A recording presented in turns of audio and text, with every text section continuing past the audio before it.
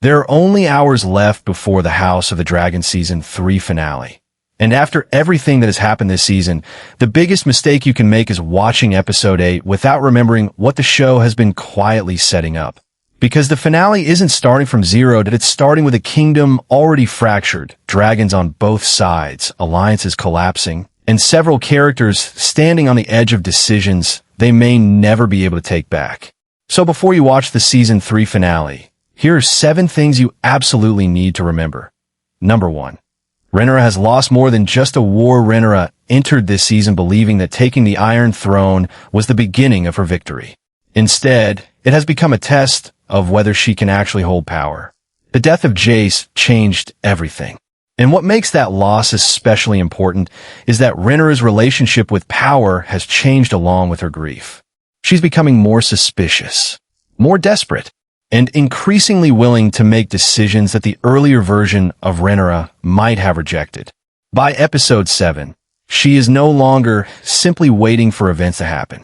She's actively searching for answers, and even leaving King's Landing herself to confront the chaos surrounding Daemon. That matters because the finale isn't just about who wins the next battle. It's about what kind of Queen Rhaenyra is becoming. Number 2. Daemon's loyalty is still one of the biggest questions.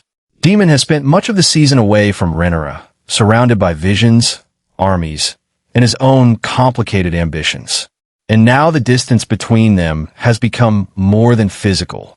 Rhaenyra has reasons to distrust him. Daemon has reasons to believe he is doing what is necessary. That difference could become explosive. Episode 7 made the situation even more complicated when Rhaenyra finally confronted the consequences of Daemon's actions and discovered the connection between him, Rhaena, and Sheepstealer. But here's the important part. Daemon isn't simply choosing between Rhaenyra and the Greens. He's struggling with what kind of role he believes he should play in the war. And the finale could force that question into the open. Number 3. Aegon is not out of the game. For much of the season, Aegon looked finished. His body was broken. His political position was almost non-existent. And even his own family seemed to have moved beyond him. Then Episode 7 changed everything. Sunfire returned. The dragon that many characters believed was lost was revealed to be alive, horribly wounded but still capable of fighting. And that reunion between Aegon and Sunfire is important for more than a spectacle.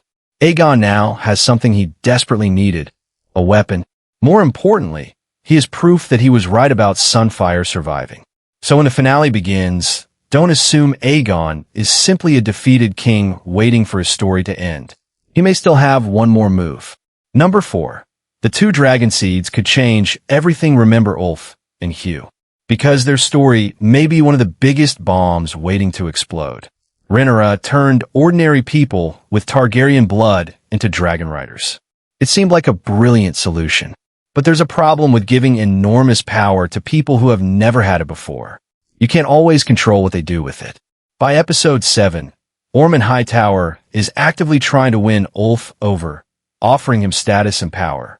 And Ulf is exactly the kind of character who could be vulnerable to that temptation. This is where the story becomes dangerous. Because a dragon doesn't care which side its rider used to support. If Ulf changes sides, the consequences could be enormous. And Hugh's position is just as important, especially after everything he has already sacrificed. The finale may show whether Rhaenyra's greatest new weapon becomes her greatest mistake. Number 5. Helena's visions are becoming impossible to ignore. One of the strangest threads in Season 3 has been Helena's visions. But Episode 7 pushed that story even further by finally giving us a major visual connection to Dreamfire. Helena's relationship with prophecy has always been different. She doesn't speak like a politician. She doesn't explain everything. She sees things. And now those visions are beginning to feel connected to the destruction surrounding her. That makes Helaena incredibly important going into the finale. Because if her visions are showing events before they happen, the question isn't simply what she sees. The question is whether anyone can change what she's seeing. And there's an even darker possibility. Maybe Helaena isn't predicting the future. Maybe she's remembering it. Number 6. Aemond has lost control of the situation. Aemond was supposed to be one of the most powerful players in the war. He has vigor. He has military experience. And he has spent much of the season trying to shape the war according to his own vision. But by episode 7, his position has become increasingly unstable. His relationship with Alicent has deteriorated. His decisions are becoming more extreme. And the people around him are no longer simply following his orders. That is dangerous for someone who believes strength is the answer to every problem. Because eventually, Aemond may discover that having the strongest dragon doesn't mean having control. And if the finale puts Aemond in direct conflict with another major Targaryen, the consequences could be devastating. Number 7. Tumbleton is the storm. Everyone has been waiting for this, may be the most important thing to remember before the finale. Tumbleton. The season has been moving pieces into position for this conflict, and episode 7 made the situation even more unstable. Ormond Hightower is there.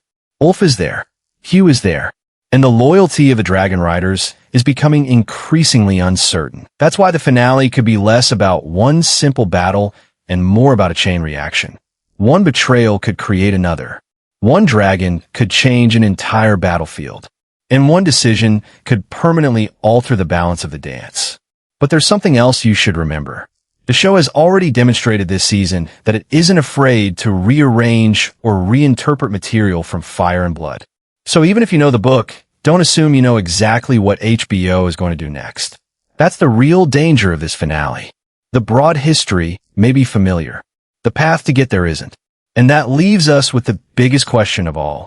Who is actually in control when Season 3 reaches its final moments? Rhaenyra? Daemon? Aegon? Aemond? Or the dragons themselves?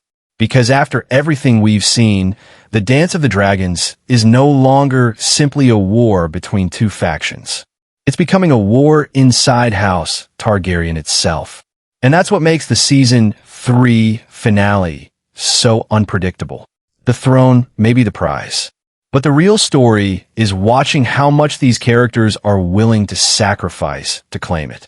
So before you watch the finale, remember these 7 things. Rhaenyra is changing. Daemon's loyalty is being tested. Aegon and Sunfire are back. Ulf and Hugh could become dangerous liabilities. Helena's visions are growing more important. Aemond is losing control. And Tumbleton could ignite the next major phase of the war. Now the question is simple. Which of these 7 things do you think will matter most in the finale? Drop your prediction in the comments. Because after the finale airs, we're going to find out which theories were right and which ones were never going to survive the dance.